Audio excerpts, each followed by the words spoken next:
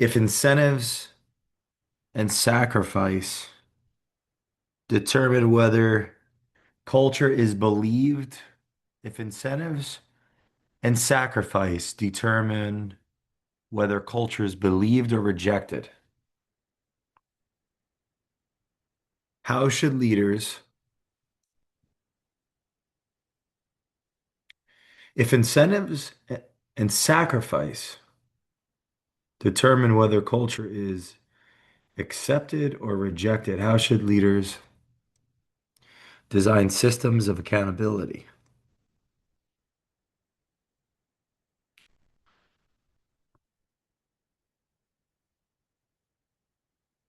If incentives and sacrifice determine whether culture is accepted or rejected, how should leaders design systems of accountability, recognition, and accountability, recognition, consequence, so that alignment occurs, so that alignment doesn't just occur, but renewal or realignment happens as quickly as possible at the highest quality. It's not just speed, but quality of realignment. It's not attempting to make a perfect culture or for to avoid or completely stop conflict or because the opposite ends up happening. The opposite occurs when perfection, the obsession of perfection is pursued as it relates to company culture, the obsession, it becomes an obsession, an omnipotence, an omnipresence, an omniscience, an all-seeing, all-knowing, all in control pathology actually may occur with an over attention and implementation of structure, systems, order, organization, the very spirit, the very individual essence, the very purpose of the organization's existence is negated by the obsession of perfection, the obsession of no no conflict or no tension or no confrontation, no flux, no change. The flux and the change is inevitable, and at the same token, at the exact opposite extreme, there's no order whatsoever, no boundaries, no accountability, no if there's no accountability at all, then the ability to respond to what each at the individual level, whose job is it actually? Example, in if it's everyone's responsibility, it's no one's. If that sentiment has ever been heard by you, if it's everyone's responsibility, it's no one's. That that signifies if there's not enough accountability, the role, the responsibility is unclear. The the in that case, the what has grown, and it's unclear on who's responsible. When a company is at the very beginning in time, it correlates with small, uh, and there may be a bunch of people doing a bunch of what could ultimately become a bunch of different jobs. They have each, so the different tasks that overlap could end up being multiple jobs at the same time. And in a sense, the entrepreneur that starts their business may very well be doing multiple tasks that all overlap in the different contexts, from finance to sales to marketing to leading themselves up in the morning and leading themselves to bed at night, so that they're up before the sun, they're working until the sun goes down. That's their that's leadership. They're and they're held to account by their goal in their mind, or their bank account, or their lack of resources, and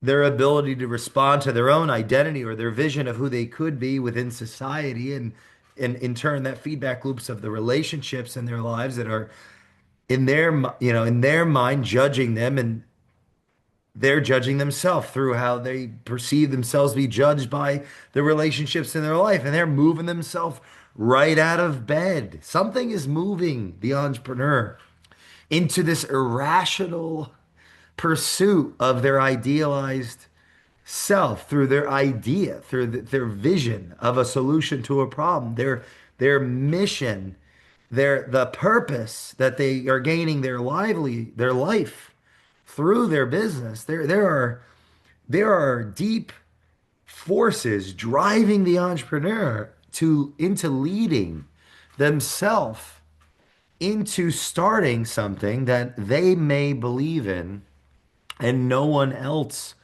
may believe in. They haven't made a sale yet. They don't have any employees. It's just them. And of course, if they hire an employee, that doesn't mean the employee believes in the idea in them. They could believe that they're going to get paid, and that's enough belief for them based on their own life's hero's journey of their own lives. The entrepreneur is leading themselves, they're being led out of bed by, this is part of it, incentives. There are incentives based on the conditions of their environment that are influencing their behavior and the habits and the rituals that in turn increase or decrease the likelihood of their success. And incentives and their sacrifice of their life have a relationship. Example, the person that has less to lose and more to gain will have an inherent advantage than the institution that has more to lose and less to gain.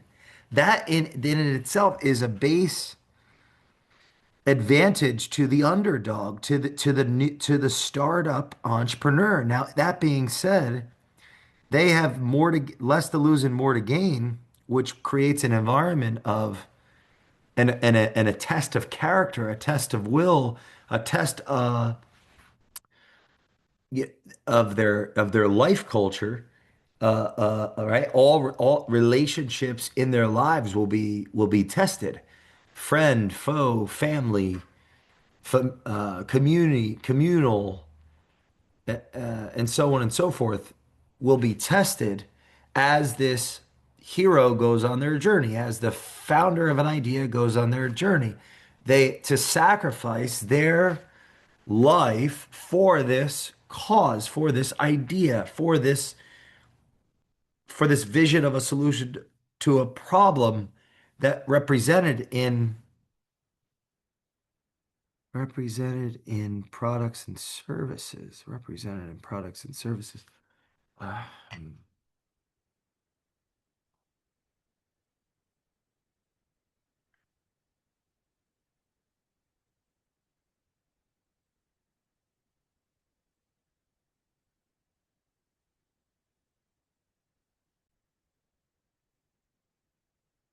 the internet is really slow today. Internet. Really slow today.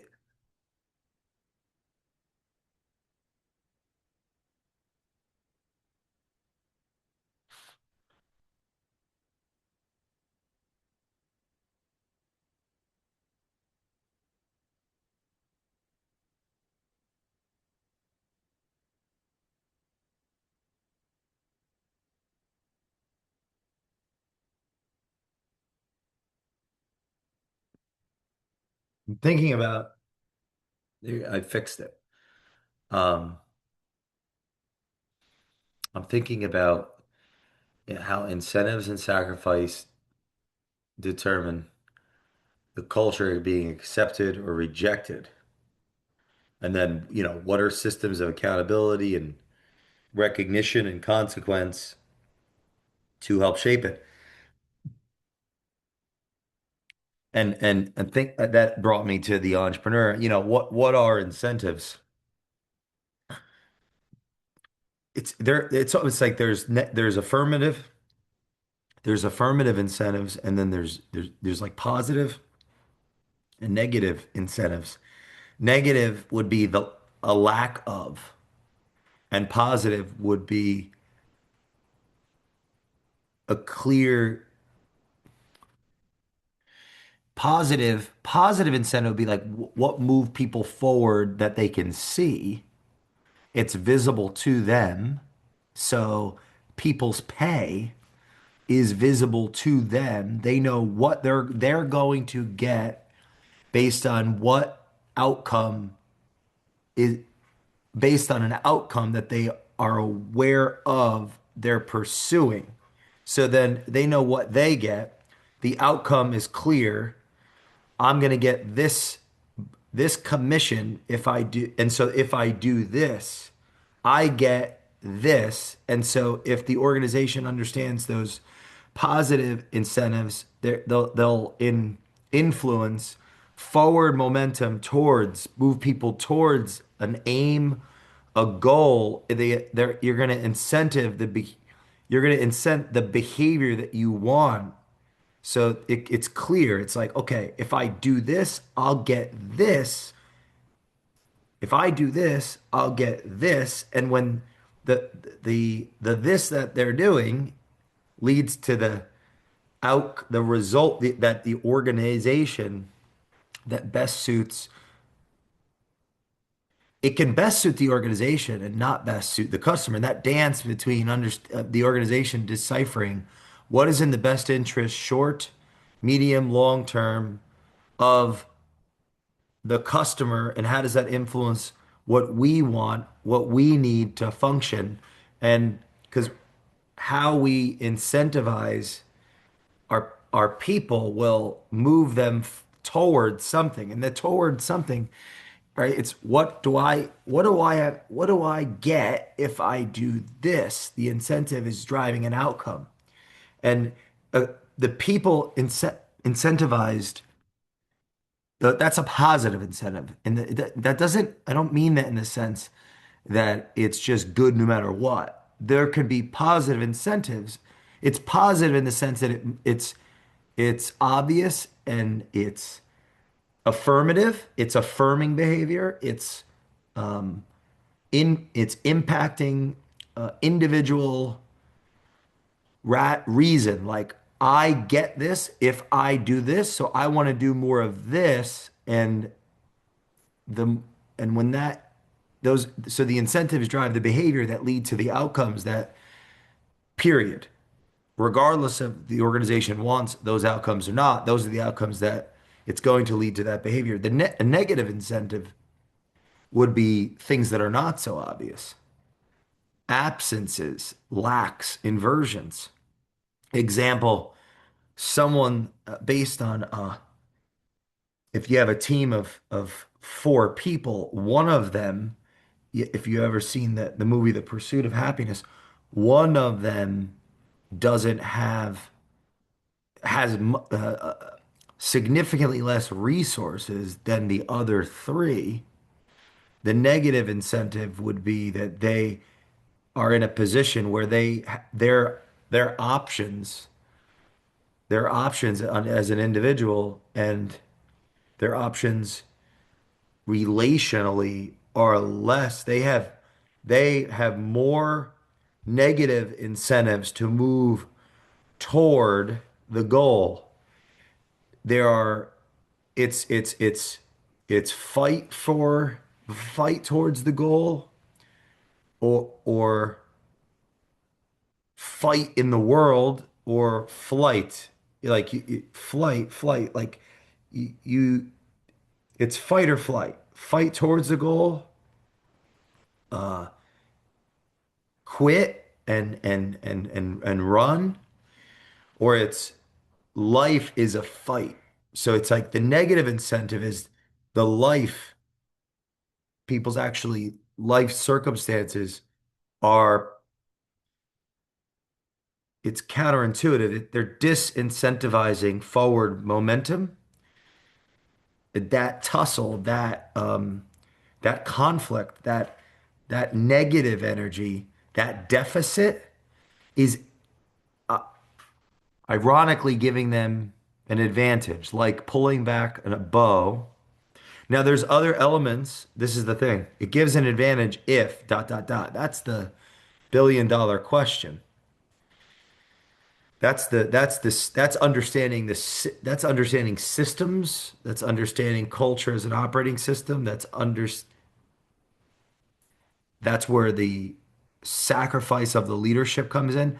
The leader, the person in position of authority, influence, who has more power, the relationship between them and the subordinate comes in to regulate the system and create enough to lower the temperature in the organization enough where the temperature outside of the organization is leading the soldier to battle. Right. So within the walled garden, within the castle, the temperature is low enough to train, to prepare for war, to become a good soldier. Outside of the castle, the temperature is high enough where that person has more energy to train. They're going to give up more energy because outside of the walled garden. And so like if the distinction is inside the castle is working for and with the company, outside of the walled garden is their actual life. So negative incentives are what's going on outside of the four walls of the organization with a person to increase or decrease the amount of energy they're going to put in the system that is valuable energy. Energy that's valuable, has value to it in its not just the quality of that energy, the intellectual property, their spirit, the content they're bringing based on the context of their life, their lived experience, but also the willingness to sacrifice and actually execute on whatever it is they see that only they can see based on their lived experience in combination with the the the organization's capacity to draw from that lived experience and synthesize it through its population, through right, through the other soldiers, through its systems of training and integration. And like when the positive incentives and the negative incentives are aligned, and how they align is part, that's where the leadership, that's where the character, the capacities, and the character, the capacities, and the integration of the leaders. How the leaders are regulators. They regulate the system, and they lower the temperature inside of the organization. And the lower the temperature inside the organization is, and the hotter it is outside the organization, the more negative incentives there are, and the and that actually it can be valuable with to an organization. The more positive the when the positive incentives a positive incentive does not mean it's just positive to be positive. It means it's affirmative, an incentive like what moves people toward. So you're going to get paid this if you do this. It's like the if then logic. If you do this, you'll get this. And when those Positive incentives line up to be in um, and the types of incentive change based on many factors like the organization's life cycle, size, macro components, um, customer journey, customer orientation. This is where paying attention to the content of the of the market of the society of the that's why an organization always has to be paid attention to competition, technology. It always needs to be paid attention to because the context constantly changes. I'm trying to I'm slowing down because the my I'm recording this so I could think about it and write it right through it. I'm thinking out loud and it's much slower when I do it on my computer than when I do it in front of the camera in the studio. So bear with me here. I'm thinking slower than I normally would, um, just for that very reason alone. But what I'm trying to parse out here is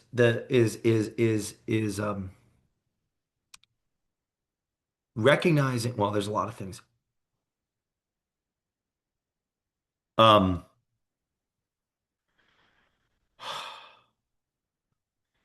incentives, you know, incentives move positive incentives. We can see clearly. It's moving people towards a an action, which would lead to a behavior, and represent what an individual values, which is congruent to what the organization values or doesn't, right? Says it does and doesn't, or does value in lived behavior, but isn't transmitted through language, story, ritual. It isn't quite clear what we believe in an organization, but we all believe that we believe, and we're just rolling in the same direction versus we all say we're rowing north, but half the team is rowing south. A percentage is rowing east, others are rowing west, and I'm rowing north. I don't even know why. No one's rowing north versus we're all, they said row north, we're all rowing north. We're living out our values and they're being transmitted through story and language and symbolism and ritual. And we recognize that those in the highest authority and who have also influence over us, the people, because we believe in how they show up is congruent with what they say they believe. And this makes sense. And to us. So we're going to keep rowing in this direction and sacrificing what other things that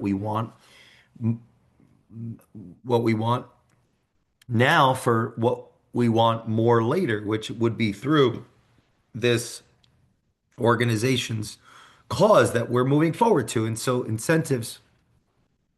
positive incentives are affirmative, and those get out of whack all the time in organization for lots of reasons. Ignorance is definitely one of them, for sure, because without paying close attention to them, I think as change occurs in affirmative, positive incentives that affirm behavior naturally become obsolete based on the context, which is based on change, or change influences the context. So they always have to be paid attention to and reviewed and tested and understood. At the same time, the negative incentives are a very real thing because the fruit of our labor can change those as well. Meaning, a negative incentive, like the person that has more reason from an ego standpoint to sacrifice more of their time, their labor, and their ingenuity for an organization is over time going to get an exponential return of value in the form of capital, in the form of social recognition, in the form of hierarchy from being elevated in authority and as far as title and role, because they've shown over a period of time that they can get the job done, and others, they're dependable, so they'll be trustworthy from a system standpoint. That lowers that lowers the temperature in the system in the organization, and so and the temperature needs to be a certain temperature in the organization. Well, it's always going out of whack. It's going real hot or real cold. And a temperature in the organization can't be too hot and can't be too cold. If it's too hot, it's too close to the sun. That's where there's too much structure, too much accountability, too much order in a okay, and it's too hot, it's too cold. There's I wonder if I have that backwards. Actually, that metaphor could be looked at either way. It could be. I'll have to think about this more. But too cold to be there's too much, not enough, maybe not enough accountability. Not enough accountability. There's so much personal responsibility and not enough accountability. It's so opaque. It's so ambiguous. There's so much. There's so much fire. There's so much autonomy and agency that the planet flies out of orbit around the sun, around the source, around the spirit. There's too much, there's not enough accountability. Okay, so here's an example of that. If too many people are overlapping in responsibilities, that it become when things don't get done, and things naturally won't get done because they're moving so fast, because the what is just the organization is growing and growing and growing. There needs to be titles and roles, because it helps signify who's responsible. It helps understand what's up, what's down, what's left, what's right. It becomes the gravity that keeps the planets rotating around the source of light, the sun. Okay, for there to be a solar system, for their organizations evolve in a sense like they work in systems like that, where the founder's spirit is the sun. It's at the center of it. And as the sun grows, the gravity, right? As the sun grows, more and more like matter that's out there in the universe, in the solar system, it's already there and it's getting pulled within that gravity. But there's going to be limits of just the sun's gravity to have matter orbit it in a fashion where it's moving, it's dancing to the sun's orbit. It understands the vision, the mission, the values, the belief. It's taken on the identity in its own material form of the sun. It's part of that company. It's part of that organization, or self-organizing around that spirit. But as even as the sun grows, there's still so much matter that won't get wrapped in its orbit, and then ultimately have to be certain, based on how far or close it is. It needs to be close enough to get to the Earth, not too close where it gets to like Mars, and far enough away where it's not some other, Saturn or Jupiter is not enough for life. It has to be close enough and just far enough for for the meaningful pursuit of of relating to the conflicts that are going to occur on that individual and group basis, where people can essentially sacrifice their life that they're never getting back for one another, people that are never going to meet, never going to know, in the glimpse of in the momentary breath of their life, which in the expanse of time and space is essentially, no thing, nothing. If someone has 168 hours a week, and they work half of them for majority of their life, are they really doing that for themselves?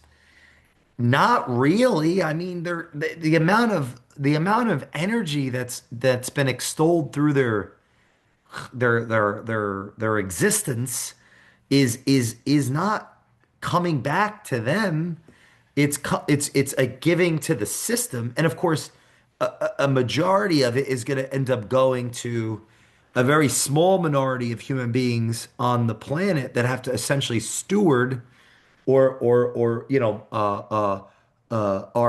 ultimately responsible or have the ability to respond at that in that paradigm to that amount of capital that's under their control that controls them simultaneously. A very much of the energy that each individual human being that's part of the organization that's organizing their life around organization is going, their energy is going to go to uh, a very small percentage of the population in represented in human beings that have, ultimate power, and it's going to go to the other people that aren't them. It's not really going to come back to them. So why would anyone want to participate in that?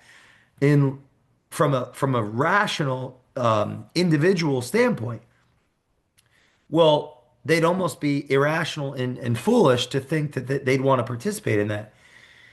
But they do and we do and I do and it's not rational. It's irrational or it's irrationally rational. And some like maybe that's what Parfit was talking about. I don't really know. But a lot of that energy is not coming back. Now, if everyone in, well, everyone with, it depends what culture we're in, but in some cultures, the whole idea is that, hey, I'm going to be the guy, gal, whatever, the person that has all of the energy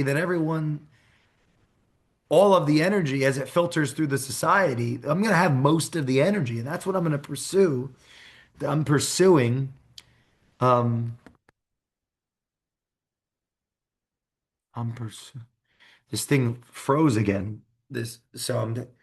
I want it to be recorded on there. I just keep it. I won't pause the this whatever this is. My goal here was to answer the question about incentives and sacrifice and defend, culture, accepting it and not rejecting the culture and the systems of accountability. And I think I'm answering most of it actually in a circular or a Cyrillic way. Now I need to go to the bathroom, but I'm gonna wait. Um, here we go. I'm gonna end this.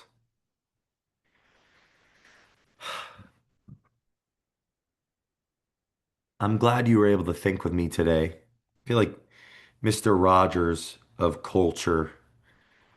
It's embarrassing. But it's good. That's good. So,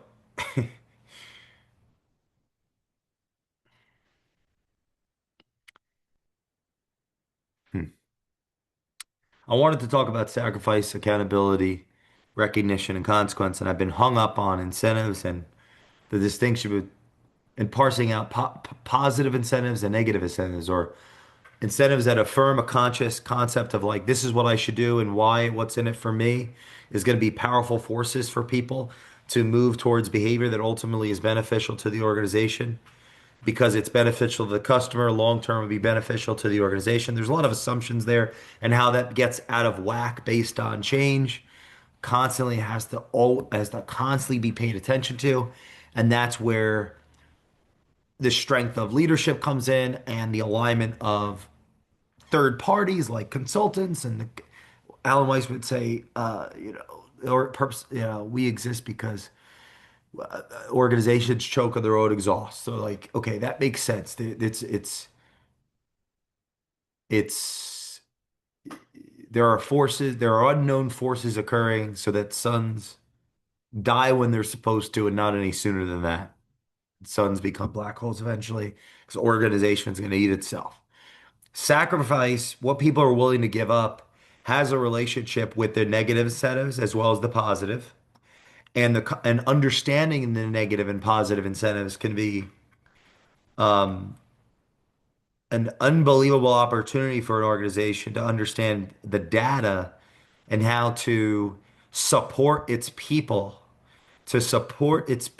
in their endeavors to become the people that they want to become through the through their economic and their social and their what their hero's journey of life, like how that actually happens. And so a manifestation of that, what you would see with these organizations where a lot of them don't want people to leave, and they make it as easy as possible for the smartest, bestest, brightest people to stay on those organizations. It's kind of like professors in colleges. It's like, why would they ever want to leave if they are with their books, with their students, with their research, and they're safe behind the walls? And most human beings, they don't want to be around and they can't be around. It's dangerous for them. Why would they want to be out there? It's like somebody leaving a spaceship with no oxygen outside. So organizations do the same for the best and the brightest. You think they don't understand what I'm saying? I'm nobody. That's a reflection of how I see myself. But in the scheme of things here, I am a guy on the internet or in the cloud or in AI or wherever the hell I am, uh, sharing glimpses of somewhat understanding a minute perspective on this whole blue dot beyond deal here. And there are people that are working with the most successful from a size and capital standpoint, businesses and governments and things that have what I'm saying so well oiled and figured out that I think we're just lucky to be able to do this. Talk on Zoom. Somebody is watching right now somewhere. Me trying to piece together this puzzle. Accountability gets enforced when accountability to have accountability it has to be clear what the language is. Like how do things work around here? Who's in charge? Who's in charge? Why does that matter? Because as the group grows, as there's more energy in the system, there's going to naturally be, and Gerard outlined this, the family, Murray, Bowen talks about this, and many of his acolytes. The anxiety builds up in the system and triangles occur. And then Gerard, mimetically, like the idea of sacrifice, people get sacrificed. You know, uh, uh, Talking about others is a part of the human condition to like to protect cancerous behaviors and interrelatedness within human systems. And what protects us can also destroy us if the immune system is too powerful.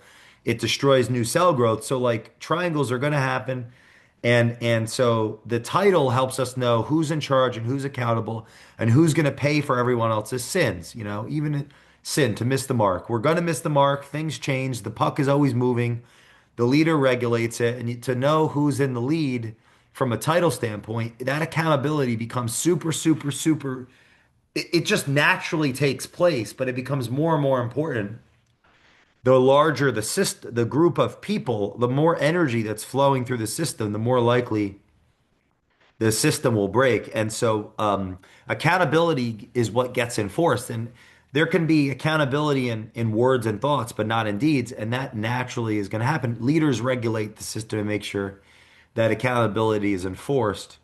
Like the idea of leadership is like every individual has a potential to lead within a domain. And that's more of a Western idea, but um, there is an individual. If you break down an organization, break down any crowd. Whenever there's a crowd, you lose the individual at a level, and the crowd becomes something else, like an idea. But you parse out that crowd, and you have just individuals that are operating their lives through stories and languages and stories known to them and unknown to them, and that signify value in different contexts based on their personal qualities, their what they know how to do and what they don't know how to do, and where that fits in with everyone else. And You know, uh, anyway, so recognition, what gets in, yeah, we recognition is what gets reinforced, and that's done through words. It's done through rituals, here's your trophy.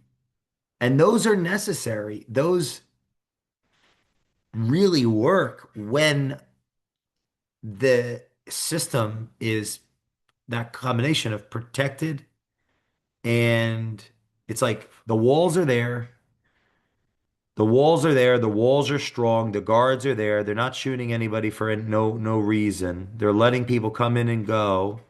Yeah, there's some level of like you gotta have some type of signal to us that you're okay to let in the city. So we have our borders. You're a stranger until you're a friend. Like that combination is always it's like tense. It's like tense. It's like pulling back a bow and the tension's there. And at any moment it could be let off, let go, and then it's freaking chaos. Recognition's a huge is a part of whole recognition is a part of what reorients the vision of each individual to do their job at the highest likelihood, to sacrifice the most possible within reason, so that long term they can be continue to be valuable to the organization. But there's a tension between the organization and the people, and there always is. And maybe that's part of the deficit. That's part of the negative incentive. There's a tension between the people and the organization, just like there's a tension between the world and the people, and that makes the organization necessary for the people to sacrifice their whole damn lives for everybody and then them last. And that's just part of how our systems of the world work at this point in our species development. Um,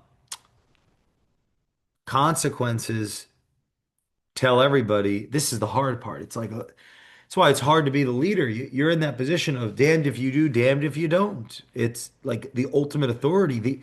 The CEO's job, is that is a scary, scary job because you become the dumbest person in the organization. The more valuable you become perceived to the populace, you become the dumbest person. If you don't want to be the smartest person. If you are, you end up in hell. And if you're the dumbest person, you are. So, and then you have to make the decisions there where you lose and the organization wins. That's why I think in many of these cultures that are higher individual values, the presidents, the leaders age so much so quickly because they're taking the suffering of the people. And in the societies where the people suffer more, those people look pretty good. Anyway, that's enough for today. I yeah. All right, I'm done.